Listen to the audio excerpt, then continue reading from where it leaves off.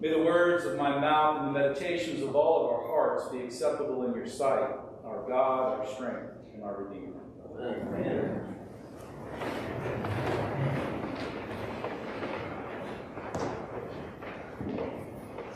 Every person on the path to ordination in the Episcopal Church has to go through a requirement called Clinical Pastoral Education, or CPE for short.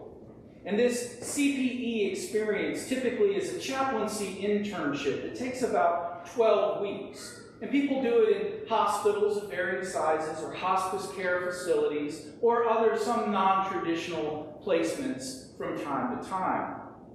When I completed my first year of seminary, I had the opportunity to complete this requirement for ordination at Johns Hopkins University Hospital in downtown Baltimore at their main campus. I have to tell you, it was one of the most life-changing experiences of my life. But I went into that experience with a lot of hesitation, with a lot of fear, with a lot of doubt and insecurity. Because going into that experience, I recognized about myself that I was going to have an incredibly difficult time being present with a young person or family at the death or serious injury of a child. It scared me to death. Now, if you know anything about Hopkins' main campus in Baltimore, it's a huge hospital. There's, several 5,000 beds or something like that. It's got 7 different ICU units. It's got a couple of different emergency rooms. It's got every specialty that you can think of, a cancer tower, a psych unit, a hospice care facility. It's a huge facility. And in fact, because it's so large, there's 6 staff chaplains that work there every day. And at any given time, there's another 4 or 5 resident chaplains. And usually anywhere from 10 to 20 chaplain interns, which was what I was there for. So during the day, there's tons of chaplains running around campus, providing spiritual and emotional support to patients and their families and the staff. But come 6 o'clock in the evening, on almost every day of the week, all of the staff chaplains go home. All of the resident chaplains go home. And all but one of the chaplain interns stays on campus all night long. And part of the requirement in that particular program in the time that I was there is we had to do 2 overnight stays on campus. So you can imagine my fear of having to go through one of these experiences of dealing with the death or serious illness of a child by myself with 1 year of seminary experience. So, like most orientations, the first day of CPE, our instructor gathered us all together in one of the many lobby areas in Johns Hopkins and sat us down and did the typical, what are you looking forward to? What are you concerned about? What are your expectations for your 12 weeks here at Hopkins? And I was one of the first ones to raise my hand. And I shared my fear with the entire group. And the next day, the pediatric chaplain who works there at Hopkins came and got me first thing in the morning and said, hey, come with me. And we visited every pediatric unit in the hospital. We went to the pediatric intensive care unit. We went to the pediatric cancer unit. We went to the pediatric psychology unit. We visited every pediatric unit there, and he introduced me to the patients that he knew, to the families of the patients that he knew, to the staff that worked with these patients. So the next day, when I showed up to start my chaplaincy experience, I had the opportunity to step out in faith, to step out into that fear, to step out into that unknown and confront those emotions that I brought with me to that experience. As it just so happens, during my 12 weeks there, I had the opportunity to minister to a family who lost their child, and I baptized them before they died. The last day that I was on the floor at the hospital, I was called to the pediatric intensive care unit where a 9-month-old who had lived her entire life had finally passed away. And I spent all afternoon with her mom, her grandmother, and the entire staff at the hospital who cared for this young lady, offering comfort and support. The only way that I could get through those experiences was stepping out into the unknown, stepping out into the fear, into the uncertainty, stepping out into my feelings of inadequacy to confront those issues. And I'll tell you, after having those experiences, I cannot imagine any other place in time that I was supposed to be other than in those 2 rooms at those 2 times with the support of God with me. Now, the reason I tell that story this morning is because I think some of those same emotions that I was experiencing in my CPE time are some of the exact same emotions that Peter and the disciples were experiencing in our gospel passage from Matthew this morning. Fear, uncertainty, doubt, maybe feelings of inadequacy. Before we dig in too deeply into that, let's place this passage in the larger context of the narrative. So, immediately preceding this passage in Matthew's Gospel, Jesus and the disciples are feeding the 5,000. Jesus performs a miracle where he feeds 5,000 people with 5 loaves and 2 fish. Now, it's important to understand where this takes place because it sets the scene for this particular passage. Many biblical scholars believe that the feeding of the 5,000 either occurred right outside of Bethsaida, which was a neighboring community to Capernaum, where Jesus and the disciples lived, or it was in the Decapolis, which was a little bit further over and was a Gentile territory. So in the Decapolis, you would have probably some Jewish people. You also would have had Greeks and Romans, and people from all over the known world would have been inhabiting this area. It would not have been a place that a Jewish rabbi would likely have been preaching and teaching. But either way, the disciples and Jesus at the feeding of the 5,000 are a bit away from Capernaum. So after Jesus does this miracle and feeds all these people, he dismisses the crowd and he tells the disciples, "Go on ahead of me. I'm going to catch up with you later." So Matthew tells us he made the disciples get into a boat and go to the other side. So the geography tells us that the Decapolis is here, Bethsaida is up here, Capernaum's probably over here, some distance away. So it's probably quite a long walk to walk from this area to Capernaum. So instead, they get in a boat. Now, we can assume maybe that while it's not as long a distance, it's probably still a pretty good little boat ride. Some estimate that it could have been as much as 8 miles for the disciples to get from where they were back to Capernaum. So Matthew tells us the disciples get in the boat, and they start going toward Capernaum. Now remember, this boat that they're in, it's just a big rowboat. So these guys all have oars, and they're oaring across the Sea of Galilee to try to go 8 miles. And then a storm blows up. And it's common for storms to blow up on the Sea of Galilee. And it's not uncommon during these storms for some of these waves in these storms to be 4, 5, 6 feet tall, with rain, wind, and rough seas. Now remember, the disciples left in the evening. They're rowing all night.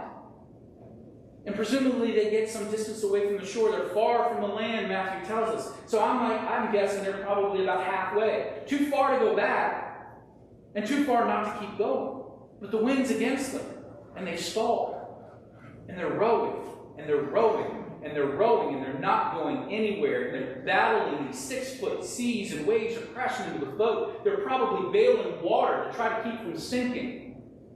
The fear that those 12 people experienced was probably mind-boggling. Every one of them probably thought, this is the end, we're going to drown. And then in the midst of that, in the midst of all of this fear of death and fear of what was going on, Jesus comes walking across the water to them. And at first they don't recognize him. They say, "Oh my God, it's a ghost." Peter says, "Jesus, if this is you, have me walk toward you." Now, this is the part of the story that I think is the biggest miracle. Everybody calls this story the miracle of Jesus walking on the water.